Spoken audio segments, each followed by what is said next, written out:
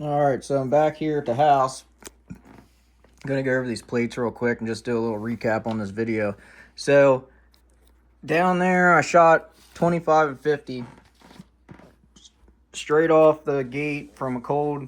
Never shot the ARO on that before.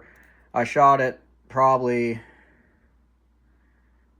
15 rounds and zeroed it in, and then just made a couple clicks. I think it was like 2 clicks. Or I went 2 different times. I went to the left. I don't know how many clicks each time, but anyway, then I just shot these groups with this thing I just pulled out and just shot it how it is. That zero is exactly the same as it was on my SLR 107. I haven't changed a single click on that. So that's weird and it's crazy, but it works. I don't know how. We're about to find out. I'm going to take it to the range once I get the other automatic and switch the red dot back and forth and see if it actually is true. But so far I took it from the SLR to this, and it is. So I'm just going to leave the automatic on this for now. The new one should be here in a couple days. I'll put it on the SLR and then we'll go to the range and see how that works. But so far it went from the SLR to the Sega, and it's exactly on zero, which is weird. So anyway, because that's 5.56, this is 5.56. The SLR is a 107. That's a 7.62 going. So here we are. This is the Sega standing at 50 yards, and the SLR, the bigger hole, standing at 50 yards. So the standing ones are basically, they're just on the plate. I was trying to shoot quicker than accurate. I just wanted to hit the plate, and I'm pretty sure I hit the plate every time I shot, just about. So the SLR at 50 yards from leaning against the pole, open sights, they all hit. Then here's the Sega group sitting at 50 yards. That's probably like a 1-inch group, roughly about a 1-inch group at 50 yards with the Sega on that one. So the Mk18, we'll get that out of the way. That's standing too. So that one's standing. So anyway, from here, the Sega 50 yards. I think that's the one I just went over. Yeah, that's about a 1-inch group at 50. That's the Sega at 50. That's from a rest. That's for accuracy shooting. Here's the Mk18. It's about a 1 1/4 to 1.5 inch group at the most with a flyer. It probably looked like it could have been a better group than that, but that lower one there must have messed up a little bit on. So they're pretty close. Here's the Sega from the 50 yards, shooting from the pole, not taking my time, just hitting the plate. SLR 25 yards, open sights from the pole. Sega 25 pole. So they're pretty similar groups if you look at them. That's about a fist size group, and that's about a fist size group. So the SLR and the Sega from the pole are about the same. Not really shooting for accuracy then again, like I said. Sega 25 yards. It's about a 1-inch group. Sega 25 yards. Here's about a 3/4 inch group probably. And here's the Mk18 from the pole. A little more scattered than the other ones, but still a pretty decent group. It's a fist size, and then a couple out there. Mk18, 25 from the pole, fist size group. So they're all pretty comparable, really. Mk18 at 25 yards. It's about a 1-inch group, roughly, probably. Or less, actually. Probably about a 1-inch group at 25. But that's it for that. So just wanted to go over the plates before I throw them away. Basically, though, they all shot similar groups. I mean, all of them are effective. It doesn't really matter. I just wanted to do that just to see the difference, if there was much of one, which there really isn't. So this thing here, like I said before, I'm going to get these welded shut, TIG welded shut, and I'm going to get a bullet guide, a Bulgarian bullet guide, professionally riveted into this thing, and then this thing will be probably my go-to-war rifle at that point. Like, it'll do whatever I need it to do. I'll probably end up putting a different stock on it and a different lower handguard too. But that's going to be that, pretty much fully set up. that kill flash kill thing too. I got to figure out why that thing fell off. I'm gonna have to figure something out with that.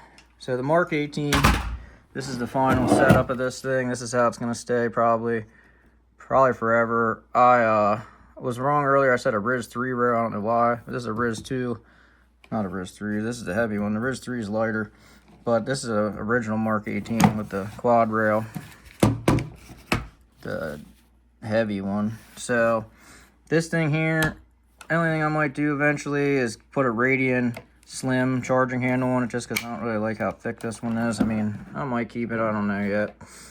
But other than that, this thing's basically, I would say, like, in its final configuration. Eventually, I'd like to get a suppressor and suppress this thing. But until then, it's just going to stay how it is. It's got a light on it, like I said. Fixed iron, Daniel Defense front sight, Magpul M-Bus Pro rear. And it's got the Holosun ARO on it. These things are pretty solid, the M-Bus Pros, but it's got the ARO on it. That thing's brand new. So that I'll have to see how it goes, but I'm sure it'll be fine. Every Holosun I've had so far is fine. Vickers tactical padded sling, that's another thing. For that thing, I need to get a better sling. That sling's garbage. This has a hand stop on it. That's a True North, I believe. Surefire War Comp for now. But it's a BCM lower, Mk18, Daniel Defense full upper. But I'll go over this video more in depth in the future. But right now, this video is getting pretty long, and I'm going to wrap this one up. But that's basically it. I just wanted to do this as a comparison to these to see, like, say these, you had this, or you had the Sega, or you had the SLR without a red dot, or you had the 22 or whatever, and just see, like,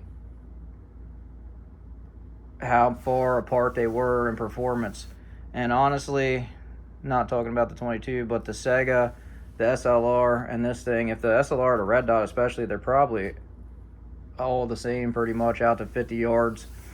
Guarantee it. They're so close, it's the shooter, not the gun. So anything past like 100, it might come down to the gun more, but out to 100 or past, but 50 and in, I'm pretty sure you could probably lay down the same groups. I would say out of all these though, the Sega probably is a hair more accurate, and just because it's a 16-inch and it's a 5.56. This thing is accurate though too, but that thing's just a tad more accurate, I would think, from what I saw with the grouping and stuff like that, consistently putting down 1 inch or smaller groups at 50. So I'll do another comparison better in the future once I get the red dot on the SLR and do like a 7.62 AK versus a 5.56 and see how much difference there really is in accuracy with them. And I think too, I will do it once it warms up a little bit, because it was hard to see today. My eyes kept watering, so I was kind of guessing on some of the shots. But for the most part, I mean, these things did pretty good, I think. And I think all of them are pretty much reliable, solid guns, and I would probably trust my life to all of them. Besides this one, I need that bullet guide riveted in. Right now it has one that's screwed on, and I mean, it's good now, but it could come loose, you know, in a couple thousand rounds, and then your gun's jamming every other shot. So just something to consider. But I'll do an update on this too eventually once I get probably a different stock on it, and a different handguard on it, and a different sling. Like I said, I might end up putting the stock off the SLR 107 on it and the sling off of that, and just turning that gun back into a factory SLR 107 with just the factory sling and factory furniture, and just have an automatic on it so I can slap a red dot on it quick if I need to, and I'll keep the BD2 on it. But that's pretty much it for now. Oh, and I'll keep the Krebs safety. But that's it for this video. Stay tuned. I'm going to probably get back into guns a little bit more here with the channel. And I'm getting close to 900 subscribers. I'm trying to get to 1,000. So if you subscribe, that's nice, and thanks, and appreciate it. And hopefully get to 1,000 subscribers this year in 2026, it seems like, the way it's going. But got a decent amount of people watching shorts, but it's hard to get a decent amount of views on the videos. But the videos aren't that good, I'll admit. But I'm trying to just get some content out there for information more than just like entertainment. So if you like the video, I guess like it, and if you're not subscribed and you want to subscribe, go ahead. That'll help. I'll get up to 1,000 subscribers. That'd be cool. I'll probably end up doing like a 1,000 subscriber burnout video and do like a burnout in like every car I have and stuff, and spin some donuts or something, make a cool video for that. But alrighty, thanks everybody that has subscribed already, and I'll see you in the next one.